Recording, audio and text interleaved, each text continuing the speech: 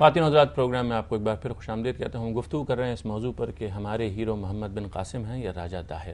یہ بیان دیا تھا حاجی عدیل صاحب نے اور اس پر گفتگو کر رہے ہیں ہم اب ڈاکٹر صاحب سے. ڈاکٹر صاحب، آپ نے یہ فرمایا کہ یہ اصل میں طاقت کے تناظر میں تاریخ کو دیکھنا چاہیے، اور تاریخ اصل میں لکھی گئی ہے، وہ آپ نے بہت لکھا ہے اس کے اوپر کہ حکمرانوں کی نریشن ہے، ان کے بارے میں تفصیلات ہیں جو بیان ہوتی ہیں. کوئی عام لوگوں کی تاریخ کوئی نہیں لکھتا، مغلوب لوگوں کی تاریخ کوئی نہیں لکھتا.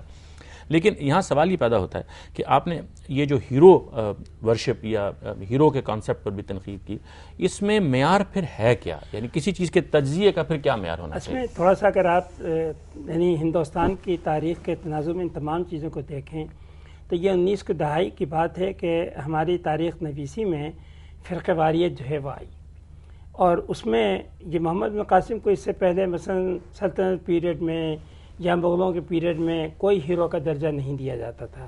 لیکن جب ہندو مسلم تناظر یعنی ایک تصادم ہوا ہے تو تاریخ میں بھی یہ تصادم آیا، تو اس وقت پھر مسلمانوں نے اپنے ہیروز تلاش کیے. محمد بن قاسم، محمود غزنوی، محمد غوری.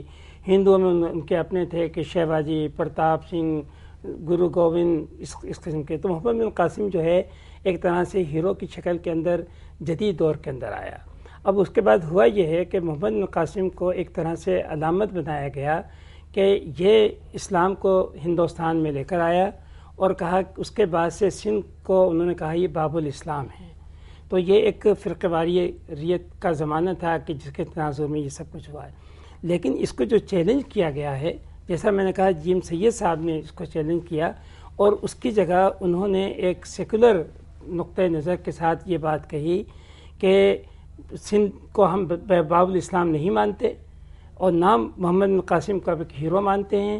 ہم سندھ کو ایک آزاد خود مختار حکومت مانتے ہیں، اور جس نے بھی اس کا دفاع کیا ہے اس کا ہم احترام کرتے ہیں. تو ایک تو یہ تنازع نہیں، لیکن اس پہ ڈاکٹر صاحب جیسے ڈاکٹر تھوڑا سا میں ایک بات اپنی مکمل کر لوں. اچھا، دوسرا یہ ہے کہ اس وقت ہم محمد بن قاسم کو ہیرو اس لیے مان رہے ہیں کہ چونکہ سندھ کی اکثریت مسلمان ہو گئی تھی. انہوں نے کہا کہ اس کا آنا یہاں پر ایک نعمت کا باعث ہوا. میں نے اپنے ایک مضمون میں لکھا کہ چارلس نیپیر نے بھی سندھ پہ حملہ کیا، اس نے بھی سندھ کو فتح کیا. اگر سندھ کے سارے لوگ عیسائی ہو جاتے تو ان کے لیے چارلس نیپیر ہیرو بن جاتا. تو مسئلہ یہ ہے کہ یہ جو ہے اگر آپ اس تاریخ کو مذہب سے ملائیں تو اس کے ساتھ ہی آپ کے ہیرو کا تصور جو ہے وہ بدل جاتا ہے. ٹھیک، لیکن یہ جو تاریخ مذہب سے دیکھیں، تاریخ مذہب سے ملائیں یا نہ ملائیں، تاریخ مذہب سے ملی ہوئی ہے، یعنی وہ ایک حقیقت ہے. حقیقت ہے، اس سے اپنے انکار نہیں. اب پہلی بات یہ ہے کہ 19ویں صدی سے پہلے ہی ایک خاص موومنٹ چلی تھی جو کہ جس میں وہ شیواجی والے اور دوسرے تیسرے جو اٹھے تھے، جس کے مقابلے میں شاہ ولی اللہ آئے تھے، اور شاہ ولی اللہ نے احمد شاہ ابدالی کو بلایا تھا، اور ایک ہندوتوا کی صورتحال جو وہاں بن رہی تھی. اور حالت یہ تھی کہ وہ جو مغل بادشاہ تھا اس کے بارے میں کہا جاتا تھا کہ یہ دلی کا پالم ان کا ایئرپورٹ ہے، وہاں تک اس کی بادشاہت رہ گئی تھی، اور مسلمانوں نے کسی اور طرف ڈانڈے اپنے ملانے شروع کر دیے تھے. اور سب سے بڑی بات یہ ہے کہ حیران کن بات یہ ہے کہ خود جی ایم سید صاحب ابھی 1000 سال پہلے یہاں آئے تھے. اگر محمد بن قاسم نہ آتا تو پے در پے جو سندھ کے سید وزیر اعلیٰ ہے، یہ عبداللہ شاہ کہاں سے وزیر اعلیٰ بنتا؟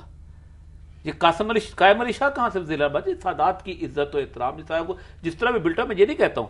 مسئلہ سارا یہ ہے کہ جب وہ فائدہ دیتی تھی وہ چیز، ٹھیک ہے، تو ہم نے تاریخ کو اس طرح پڑھا، اور جب وہ تاریخ اس طرح فائدہ ہم نہیں دیتی تو ہم کہتے ہیں کہ نہیں، ہم سندھ ہم سے علیحدہ ہو جائے. یہ بیسیکلی تعصب کا کھیل ایسا ہے کہ یہ رکتا نہیں ہے کسی طور پر بھی. یہ جب پٹھان بلوچ کی معاملہ ختم ہوتا ہے تو بلوچوں کی آپس میں شروع ہو جاتا ہے، ٹھیک، وہ کہتے ہیں نہیں رند اور اس کے خلاف، پھر بروئی اور بلوچ کا شروع ہو جاتا ہے. تعصب ہیومینیٹیرین جو کانسیپٹ ہے، یعنی ایک حد تک تو وہ فطری ہے. نہیں، فطری نہیں، آپ بنیاد جب بنائیں گے نا اس کو تاریخ کو پڑھنے کی تعصب کی بنیاد پر. اب جب خاندان کی اور نسل کی اور علاقے کی اور کالے اور گورے کی، یہ سب حقائق ہیں اپنی جگہ، یہ سب حقائق ہیں، لیکن مسئلہ سارا یہ ہے کہ انسان جو ہے تہذیبیں ان کو ختم کر کے، ان کو وہ جو کہتے ہیں نا جسٹس پریویل کرنا، سب کو ایک ویلٹی کے ساتھ ٹریٹ کرنا، اس سے تہذیبیں ڈیولپ کرتی ہیں اور تہذیبیں بنتی ہیں. ٹھیک، ہمارا مسئلہ سارا یہ ہے کہ ہم اپنے ذاتی مفادات کی بنیاد پہ تاریخ کو پڑھتے بھی ہیں اور ذاتی بنیاد کے اوپر تاریخ کو اٹھاتے ہیں. جی ایم سید صاحب جب تک پاکستان موومنٹ کی صورتحال میں چلے تھے جب ان کو سوٹ کرتا تھا اس وقت تک اس کے وکیل تھے، مطلب بنی امیہ بنی عباس اور سارے کے سارے ہیرو تھے. ٹھیک، جس وقت ان کے ہاں انہوں نے کہا کہ نہیں اب ایک ہیجمنی اور آگے جو بات کی 1 یونٹ کی بات ہے تو انہوں نے کہا نہیں اب تو راجہ دائر ہے. راجہ دائر کے ساتھ ان کا کیا تعلق؟ لیکن مفاد بھی ایک حقیقت ہے، سیاسی مفاد بھی ایک حقیقت ہی ہے نا. آپ اجازت دیں اگر تو ممتاز بھٹو صاحب ہمارے ساتھ ہیں، ممتاز دانشور و سیاستدان اور سندھ کے وزیر اعلیٰ، سابق وزیر اعلیٰ. ممتاز بھٹو صاحب میں آپ کو خوش آمدید کہتا ہوں. السلام علیکم. وعلیکم السلام. جی آپ کے علم میں ہوگا کہ ہم اس پر گفتگو کر رہے ہیں حاجی عدیل صاحب کی اس سٹیٹمنٹ کے بارے میں. ہم چاہتے ہیں کہ آپ بھی اپنا انپٹ دیجئے، کچھ رہنمائی فرمائیے، آپ کی کیا رائے ہے؟